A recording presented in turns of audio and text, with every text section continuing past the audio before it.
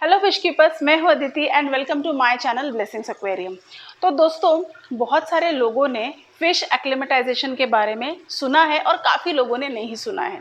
अब इसको समझते हैं एक एग्जांपल देकर। क्या आपके साथ ऐसा हुआ है कि कभी आप फिश परचेस करके लाए हैं एंड आपने टैंक में फिश डाल दिए एंड उसी दिन या दूसरे दिन सुबह या कुछ चंद घंटों में आपकी फिश जो है वो मर गई है?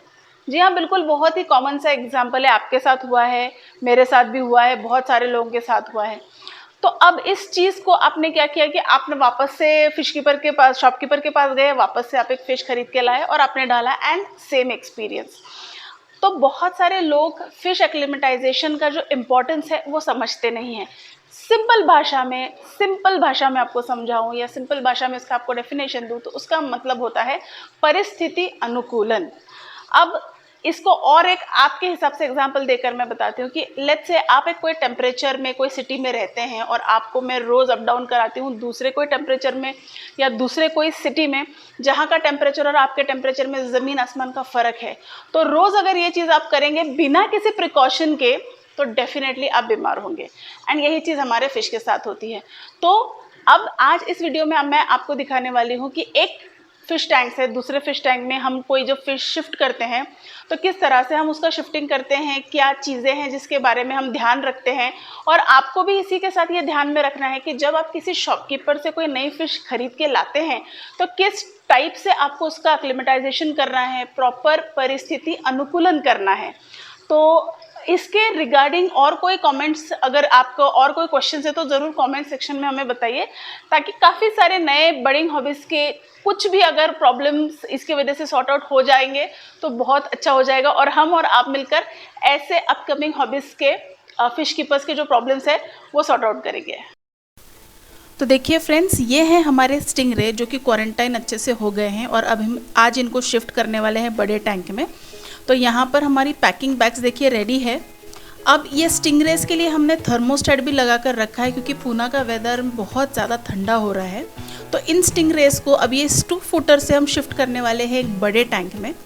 तो उसके लिए क्या करते हैं कि पहले पैकिंग बैग्स हमारे जो रेडी है वॉश करके इन पैकिंग बैग्स में हम उसी टैंक का पानी ले रहे हैं। अब हम इन स्टिंगरेज को एक एक करके इस एक एक बैग में डालेंगे, एक साथ हम नहीं इनको डालेंगे। However we have a huge bag, लेकिन फिर भी हम एक एक करके इनको अलग अलग बैग्स में नेट आउट करेंगे और फिर ये जो पैकेट्स हैं जिनमें हमने इनको नेट आउट किया है, ये पैकेट्स हम अच्छे से धीरे धीरे फ्लोट करेंगे। किसी भी फिश के साथ जब भी आप नेटिंग आउट करें तो बी जेंटल, ज़्यादा फ़िश को स्ट्रेस मत दीजिए। अगर आप एक टाइम पे नेट आउट कर पा रहे हैं तो अच्छी बात है, अगर नहीं तो ज़्यादा फ़िश को स्ट्रेस देना अच्छा नहीं है। और यहाँ पर देखिए, अब मैं आपको दिखा दूँ, so this is the huge tank जो कि हमने स्टिंगरेज के लिए अब रेडी करके रखा हुआ है। तो यहाँ पर स्टिंगरेज को हम फ्लोट करना शुरू कर दिया है। अब इस पैकेट को हम फ्लोट करने के लिए छोड़ देंगे, तब तक बाकी के हमारे बचे जो 2 स्टिंगरेज हैं उनको भी हम एक एक करके नेट आउट करेंगे। तो देखिए, ये सारे प्रोसेस में आपको बिल्कुल भी हड़बड़ी नहीं करनी है। अब यही प्रोसेस आप समझिए कि आप कहीं से फ़िश अगर लेकर आए हैं तो फ़िश को, पैकेट को जो है उसको फ्लोट करना ज़रूरी है। बहुत ज़्यादा हड़बड़ी ना हो, ज़्यादा फ़िश जल्दी इंट्रोड्यूस करने के लिए घाई मत कीजिएगा, अदरवाइज़ फ़िश को डेफिनेटली प्रॉब्लम हो सकता है। उसमें बहुत सारी चीज़ें हैं, जैसे कि अगर आपने ज़्यादा फ़िश को पैकेट में रखा, ज़्यादा नेटिंग किया तो एक दूसरे के साथ फ़िश का जो एक दूसरे से रब हो सकता है, उसके वजह से उसके म्यूकस में इशू हो सकता है। काफ़ी सारी चीज़ें हो सकती हैं। तो देखिए, यहाँ पे हमारा दूसरा स्टिंगरे भी फटाक से नेट आउट हो गया है एंड अब इस पैकेट को भी ले जाकर हम अच्छे से फ्लोट करेंगे। फिश एक्लिमेटाइजेशन में सारा जो इम्पोर्टेंस है, हाँ, तब तक मैं आपको दिखा दूँ कि यहाँ पे हमने थर्मोस्टेट भी लगा दिया है बिकॉज दोनों पानी का टेम्परेचर हमको मेंटेन करना था इक्वली। तो फिश एक्लिमेटाइजेशन में मेन जो सबसे की पॉइंट मुझे लगता है, की फैक्टर मुझे लगता है, इज़ पेशेंस। काफ़ी पेशेंस रखिए जब भी आप फ़िश को इंट्रोड्यूस करें। अब देखिए, हमारा 3rd फिश जो है उसको भी हम नेट आउट करेंगे, उसको भी हम फ्लोट करेंगे।